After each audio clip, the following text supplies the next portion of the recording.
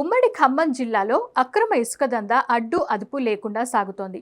కొంతమంది అక్రమార్కులు అర్ధరాత్రి వేళ నదిలో నుంచి ఇసుకను తరలించి వేర్వేరు ప్రాంతాల్లో డంప్ చేస్తున్నారు.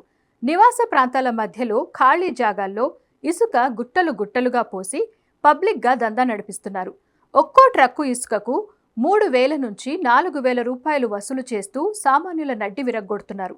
ఇంత జరుగుతున్నా మైనింగ్, రెవెన్యూ శాఖల అధికారులు ఏం తెల్వనట్టే ఉంటున్నారు. బూర్గంపాడు మండలంలో ఇటీవల ఈ ఇసుక డంప్లకు సంబంధించిన వీడియోలు వాట్సాప్ గ్రూపులు, సోషల్ మీడియాల్లో హల్చల్ చేస్తున్నా అధికారులు గప్చుప్గా ఉండడంతో వారికి వాటాలు అందుతున్నాయన్న అనుమానాలు వ్యక్తమవుతున్నాయి.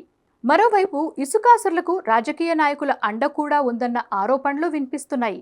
బీఆర్ఎస్ నేత, మాజీ మంత్రి పువ్వాడ అజయ్ ఏకంగా రాష్ట్ర వ్యవసాయ శాఖ మంత్రి తుమ్మల నాగేశ్వరరావు అండతోనే ఇసుక మాఫియా నడుస్తోందంటూ బాంబు పేల్చారు. గతంలో అరాచకాలు, అక్రమాలు చేస్తున్నానంటూ తనపై అసత్య ప్రచారం చేసిన తుమ్మల ఇప్పుడు అవినీతి అక్రమాల్లో కూరుకుపోయారని ఆరోపించారు. ఏమైనా మరి గుట్టలు ఎందుకు మాయమైపోయినాయి? ఇప్పుడు 2.5 సంవత్సరాలు అజయ్ కుమార్ లేడు కదా. ఆ రోజు నువ్వు చెప్పినావు కదా, అరాచకాలు చేసినా, అవి చేసినావు, ఈ చేసినావు అని. మరి వాళ్ళ మట్టి తోసుకపోతుంది ఎవడాయా? గుట్టల్ని ఖతం చేస్తుంది ఎవడాయా?